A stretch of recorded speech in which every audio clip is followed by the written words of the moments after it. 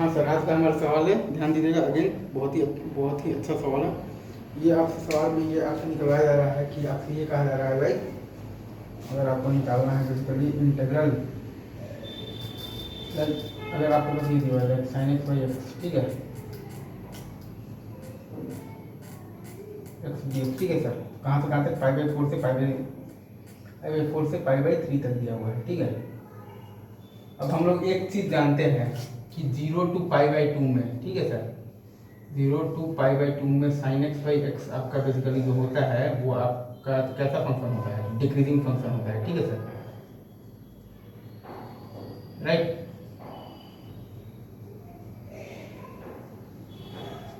Zero to π/2 में आपका जो साइन एक्स बाई एक्स होता है वो आपका कैसा फंक्शन आता है? डिक्रीजिंग फंक्शन आता है। तो π/4 से π/3 में आपके पास जो बेसिकली जो π/4 पर आएगा वो आपका मैक्सिमम वैल्यू आएगा, ठीक है सर, वो आएगा आपका मैक्सिमम वैल्यू। वो होगा आपके पास 1/√2 और π/4, 4/√2 तो 2√2/π, ठीक है सर, राइट। और आपका जो π/3 पर आएगा, ठीक है सर, वो आएगा आपका मिनिमम वैल्यू, ठीक है सर, मिनिमम वैल्यू वो आएगा आपका बेसिकली तो √3/2 और π/3, तो 3√2, सॉरी 3/2 और π/3, तो 3√3/2 पर, ठीक है सर, ठीक है।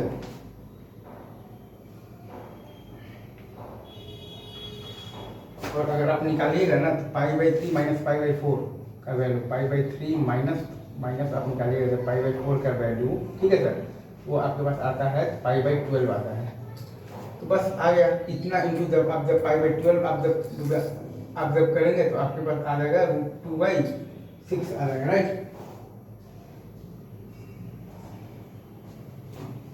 √2/6 आ जाएगा, ठीक है सर, मैक्सिमम के लिए। और मिनिमम में आप जब इतना इंटू जब आप करेंगे तो π/12 तो आपके पास आ जाएगा √3/8 आ जाएगा मिनिमम के लिए, ठीक है सर। आई गेस आप समझ गए होंगे √3/8 कहाँ से आया और √2/6 कहाँ से आया, ठीक है सर, अच्छे से समझ गया जी। मैं यहाँ पर ये कह रहा था कि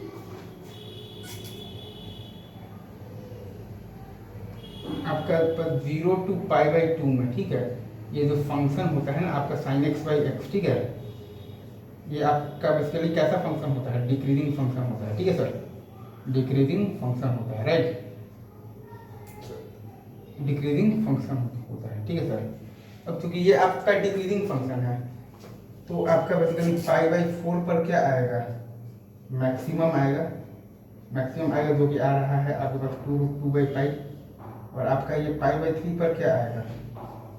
मिनिमम आएगा, जो कि आ रहा है आपका 3√3/2π, ठीक है सर, ये सही है।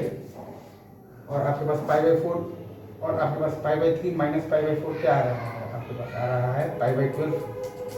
तो एक बार आप जब π/12 को मल्टीप्लाई करेंगे इससे तो मैक्सिमम वैल्यू आ गया है आपके पास √2/6। और एक बार आप जब π/12 को मल्टीप्लाई करेंगे इससे तो मिनिमम वैल्यू आपके पास आएगा √3/8, जैसे ये सर √3/8, ठीक है। जैसे आपको ठीक ठाक समझ में आ गया होगा। तो √3/8 से लेकर आपका वैल्यू है √2/6 तक, ठीक है। ये सवाल हो गया। अब अपन लेते हैं आज का नेक्स्ट सवाल, ठीक है सर। वो भी अगेन बहुत सिंपल सवाल है, देखिएगा आपको मजा आए।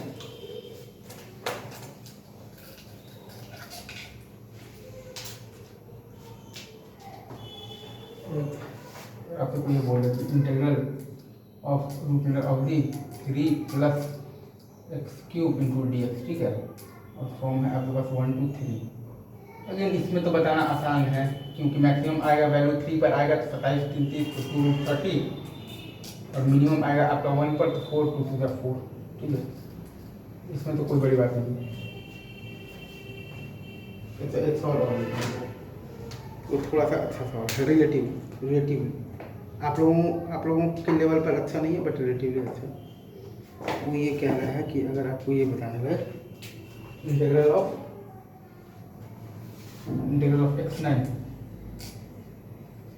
बाई √1 + x, ठीक है सर। अब इसका जब मैक्सिमम वैल्यू निकालना है तो हम लोग x9 से निकाल देंगे क्योंकि x9 वाले से तो छोटा ही होगा। x9 का करेंगे तो क्या आएगा, x10/10 आएगा, क्या आएगा आपके पास 1/10 आएगा, ठीक है सर। और इसका जब मिनिमम वैल्यू निकालना है तो हम लोग x9/√2 से निकाल देंगे, क्योंकि इससे तो वो बड़ा ही आएगा, ठीक है सर, ठीक है। इसको जब वो करेंगे तो क्या आएगा, x10/10√2 मतलब कि क्या आएगा 1/10√2, ठीक है सर। ये आपके पास क्या आ जाएगा 1/10√2, ठीक है। अगेन इजी, अभी रखते हैं इसके लिए यहीं पर, बाकी बात आपसे करते हैं आगे। तब तक के लिए आप सभी को बेस्ट ऑफ लक, मेरा ढेर सारा